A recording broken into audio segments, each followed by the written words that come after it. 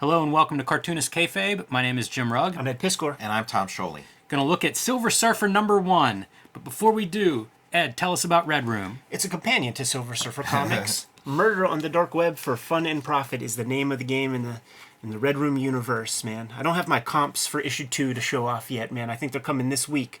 But 2 issues are on the stands as we speak, with a third on the way in 4 weeks, and the machine is rolling, so they're just going to keep grinding out every month. Get it put on your pull list at your local comic shop. Pre-order the comics from the Fantagraphics website. If you want to read the comics ahead of time, you can hit up my Patreon, patreon.com/edpiscor. $3 gets you the archive there. I have more than, I'm into serializing the 5th issue of Red Room up there. Well over 100 pages worth of comics. Links for all that stuff in my link tree in the description below this video. Tom, where can they find more of your work? Well, I made a graphic novel about the life of the creator of Silver Surfer, Jack Kirby. It's called Jack Kirby: The Epic Life of the King of Comics. And I also made Fantastic Four Grand Design, where the Silver Surfer figures prominently in the story. And I'm creating new comics on Patreon. Just search Tom Scholey on patreon.com. And I have a YouTube channel called The Total Recall Show. You can join me on patreon.com/JimRugg, where you can download my out-of-print zines and mini-comics, like this collection of wrestling illustrations available right now. You can also see a lot of my original art. You can see my process. I do Q&As. It's basically a Patreon about the comics I'm making and how I make those comics. Patreon.com/JimRugg. You ever draw a Dude Love Mick Foley? I have not, so maybe that's coming up, Ed. That's Volume 2. A good request. So we have a coverless issue 1 of Silver Surfer. Kind of cool. I was admiring the color, the yellow pages. This feels like such a classic, kind of the ideal format. I read mine on a screen. Much nicer to kind of see this here in front of us. And it's even got, it's autographed Yes. by, I guess, somebody who used to own it. Yeah, I only have the essential, so like that's approaching yellow paper too. You can really see the Buscema artwork in a That's really pretty nice too. beautiful way. I think this was like probably the second or third essential that was put out, and Yeah, it's I was very nice. grabbing them all as they came out. Two reasons I wanted to cover this comic. One, we've done very little John Buscema comics Yeah. to start. 2, Tom, you had a whole thesis about this. I remember there was some sort of article, essay that you wrote about this, and I don't quite remember. It was some time ago. Yeah. And I wonder if we could capture some of that magic. Sure, yeah. On Cartoonist Kayfabe here. So like, sort of, what was your conceit? I'm going to be flipping through this as Yeah. we go. Yeah. I just want to compliment this drawing because this background stuff, it's almost like, Northern Lights kind of Yeah. stuff, the way that's drawn, which is incredible to me, and I would never think of that in a gazillion years. Right. But also, like, I always find these beautiful. I have a few Silver Surfer issues. Buscema drew all of them except the last issue, I believe. Which is And, Kirby, I think, right? Yes. Yeah. And I just think that, I don't know, it looks different than other Marvel comics to me, and I can't really put my finger on why, but anytime I come across one of these, I just think they're really beautiful, striking comics. They have some different quality, some alien piece about them that I do think stands out, and I think it could be that white and light blue for the Surfer himself. It's just a very different look. Buscema like adapted to the kind of, he has his style, but the way he's able to adopt the kind of Kirby storytelling and some of the hyperbole of Jack Kirby, it's just better than like those like Don Hex and those Larry Liebers and stuff like that. I think his foundational drawing ability is probably better than those guys. He's an incredible figure drawer. Yeah. That's the thing that always I'm in awe of whenever I'm looking at his stuff is it's kind of remarkable, his ability to do figure. But So when it comes to this kind of thing, it's like nothing to him, Like he could easily like distort that stuff and understand the foreshortening and stuff. So Tom, the floor is yours. Yeah, well, I mean, my thoughts of like why I wanted to write about this was, there's John Buscema is somebody who, when I talk to other artists, there's a lot of artists who, like, when they're talking about their favorite artist, it's John Buscema. They name John Buscema. And like I've always tried to kind of get to the bottom of that, because it's like, okay, like my favorite's Jack Kirby, so here's a couple recommendations. And I was always kind of like what's the ultimate John Buscema comic? What's like like what's him at his best and stuff? Like what's his great comic? So I've always been on the search for that, and this is like a possible contender. And I've also talked to a lot of people who say like, and also this ends up on like lists of like the 100 best comics of all time. So this always ends up on the list. So I kind of wanted to take some of these things that are just, hey, it's a great comic. Like, just, the world tells you it's a great comic. And then really examine that with a critic's eye. Like, really, like, put it to the test. And because these sort of things deserve that kind of respect. Yeah, even if in the evaluation they come up short, if they still, like, deserve that kind of attention the same way you treat any, creative work. So what was your determination? Well, I mean, this one, there's also like an added wrinkle of, like, this comic, just the very existence of this comic was, like, very hurtful to Jack Kirby, because, like, Silver Surfer was his creation. It was something he brought to Stan Lee and is sort of documented. And we don't know if there's other things like that. It's just, this is the one that happened to be documented. Roy Thomas happened to be in the room when Jack Kirby said, here's the Silver Surfer, and Stan Lee said, the who, Silver who, or whatever. So this one's on record. We don't know if however many other, or maybe all of them are that, or maybe, Silver Surfer's the only one, who knows. But, so, that added wrinkle was interesting to me, because Kirby had definite ideas about the Silver Surfer, what he wanted to do with that character, who that character is, and Stan Lee chose to keep Jack Kirby out of the loop when it came time to, like, craft the origin of the Silver Surfer. And so you just have a couple of different threads going on. So Ed, like, to address your question, it's like, hey man, this is a really beautiful comic book. It's just a very, like, you page through it and man, you're knocked out by the drawings. I'd say, like, Silver Surfer #4 is probably, like, even more so. Like, that like, over this one, I'd pick Silver Surfer 4, same artist, John Buscema. But then, just, like, story wise, there's some cool things operating in this comic, but then, like, the story just, like, it just really bothers me. Like, it really, like, and a lot of these things that, like, a lot of my critic work, when I would do sort of comics criticism, it really came from a place of me, like, as a creator, just trying to figure out how to do this stuff. And looking at this stuff, and it's like, what do I want to try to be like, and what do I want to try to avoid? And this is one that, like, I think about a lot, like, when you're telling stories and, like, serialized stories, like, every issue is an opportunity to, like, take this thing you created and turn it into absolute shit. To just, like, turn it into garbage and, like, totally negate everything that you did up until that point. And I'd say, like, for all the virtues that this comic has, it's very beautiful. The little story bits, sort of work as story bits. I say that this comic, like, kind of, like, completely destroys the Silver Surfer as a character. At least for me.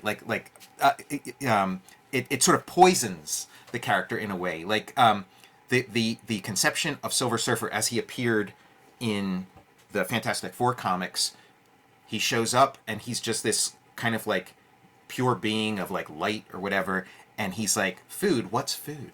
People, what are people? What's the, and he's like, and then the arc would be, he comes to Earth as an innocent and learns about the world, and then maybe even, meet somebody, maybe like Alicia kind of filled that role in the Fantastic Four comics. It's like somebody to teach him about love and this and that. And so now we're getting his origin, and it's like, like, an interesting story in its own right, but it's like, oh, he was just a normal guy. Like, he was a guy on another planet, and he had the love of his life. He has the love of his life.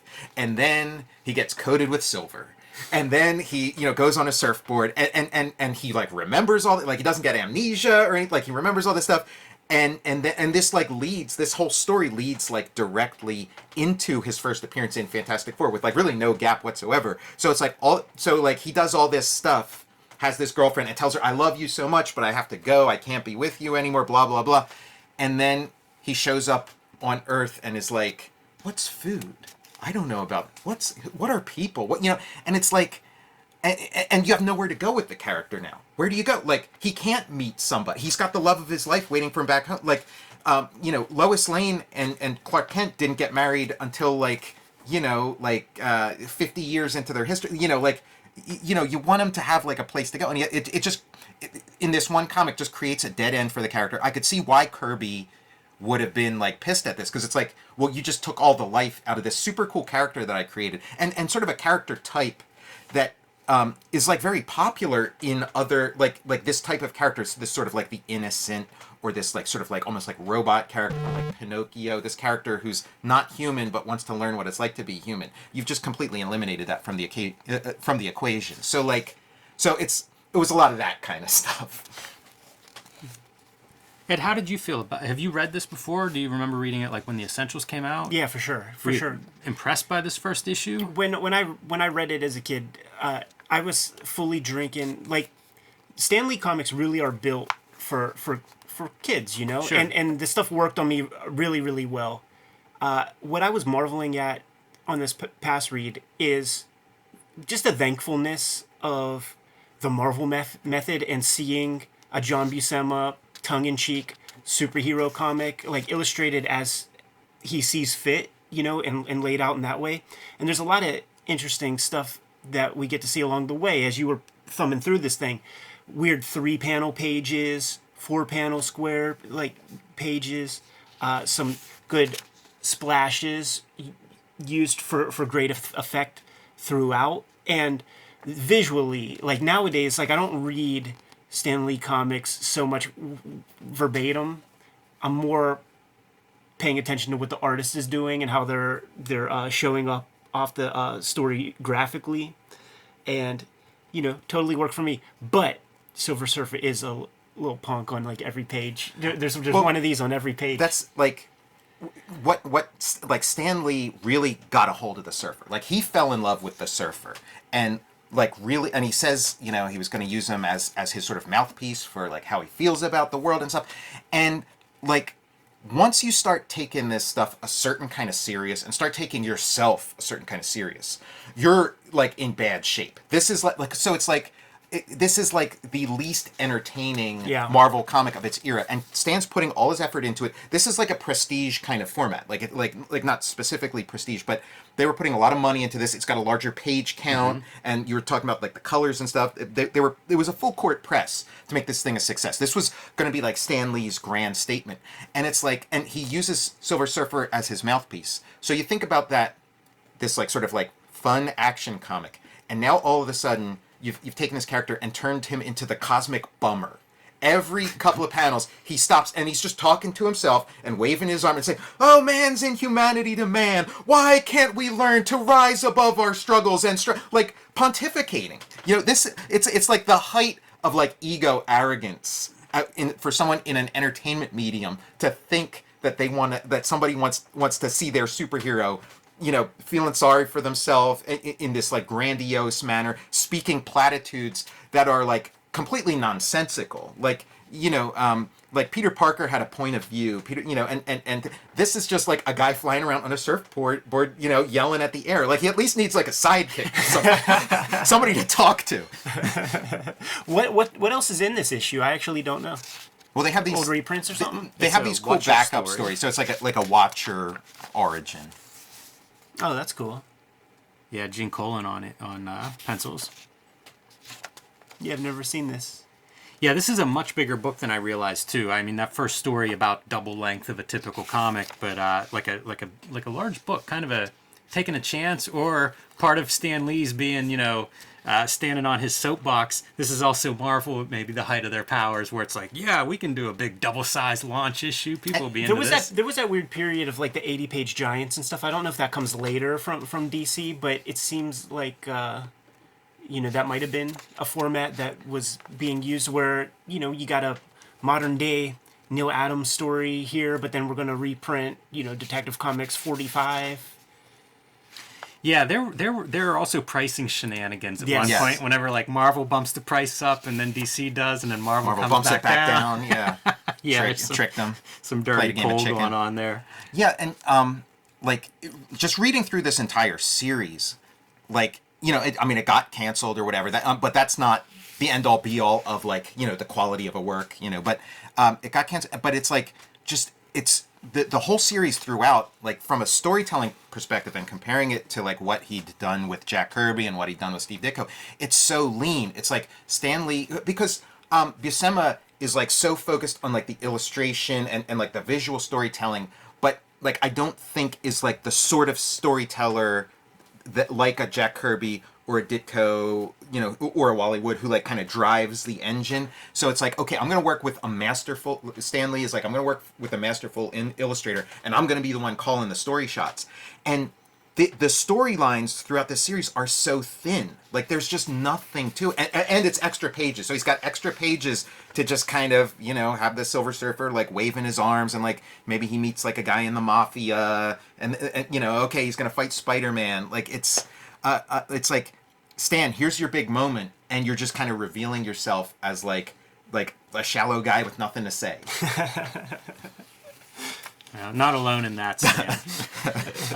This is kind of amazing, the coloring and stuff on this story. And this is the Watchers interfering with a civilization, and it leads to that civilization's like atomic war and collapse. Kind of an origin of why we can't get involved. Yeah, I don't know, man. It's kind of a weird comic, but man, the Buscema artwork really is a beautiful thing to behold. I don't know if that makes for a memorable comic or not, or series, but it makes sense. Really something to look through. When you speak about the thinness, it makes sense about these 3-panel pages and things, man, because it really is just Silver Surfer getting from point A to B and using several pages to do so. And a lot of just beautiful images that don't really add up to a story necessarily. Yeah. Which again, like we've looked at a lot of comics where it's like we're just marveling at like the visual beauty of what's on display, and that's like really cool and that's fun and stuff. But like, you know what, like Marvel at its height delivered, and what I'm really looking for from comics as a creator and as a reader is like just that like myth making. Like tell me a story, pull me into a world.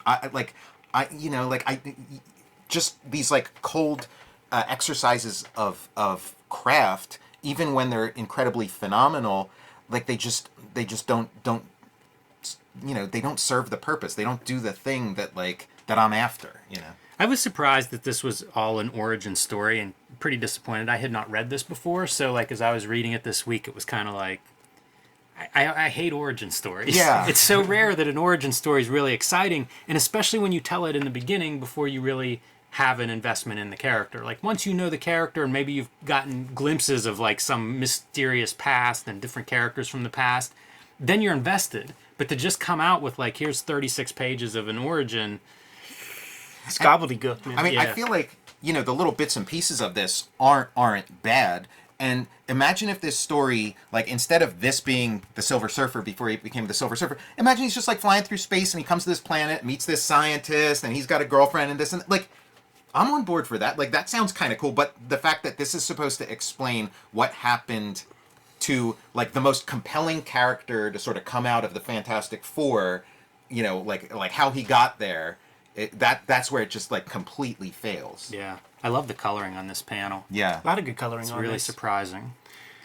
Pretty cool. I'm glad we cracked it open. I'm glad we got some Tom Scioli on the record, verbally, orally, with his Silver Surfer 1 thoughts. Man, it's been a while since that piece came out, man. That was before Transformers versus G.I. Joe and stuff. So in that piece, I was talking about Silver Surfer conforming to a certain archetype that's like very popular. So it would be like, I named like, you know, Boba Fett, Snake Eyes, you know, before I was ever even involved with G.I. Joe. But it's just this idea of like this mystery guy who shows up. Who is this guy? And you want to keep that mystery going as long as possible. And when you do eventually spill the beans about who this guy is, it better be fucking good, or this guy might become, you know, like Boba Fett or something. You know, like you might shit all over, you know. Hey, Dad, Tony is here. It's a really good summary, because a lot of these characters, the idea is like, I want to relate to Peter Parker. But in this case, it would be much better if we related to the person who's like, there's an alien surfing around here. Mm-hmm. Like, what is this? What does it mean? Who is this guy? He's got no features. And it would keep that mystery building.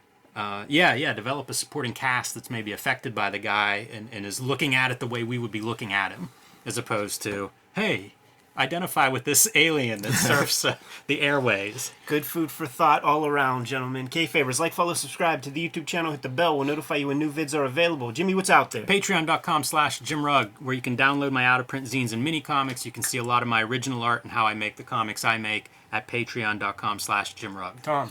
Learn about Jack Kirby's disappointment with this comic and how the Silver Surfer was taken out from under him in my graphic novel, Jack Kirby, The Epic Life of the King of Comics. Red Room Comics, Out in the Wild, Murder on the Dark Web for Fun and Profit is the name of the game. 2 issues on the stands as we speak, with new issues every 4 weeks. Pre-order them at your local comic shop or the Fantagraphics website. You can read these comics before they hit paper at my Patreon, patreon.com/EdPiskor, $3 for the archive there. Serializing about 5 issues so far, new strips every Tuesday, well over 100 pages. Jimmy, what else? Subscribe to the Cartoonist Kayfabe e-newsletter at the links below this video. You can also find Cartoonist Kayfabe t-shirts and merchandise at the links below this video. Time to go come up with our own mysterious characters, man, and slowly leak out their origin stories. Jimmy, give them the marching orders. Read more comics.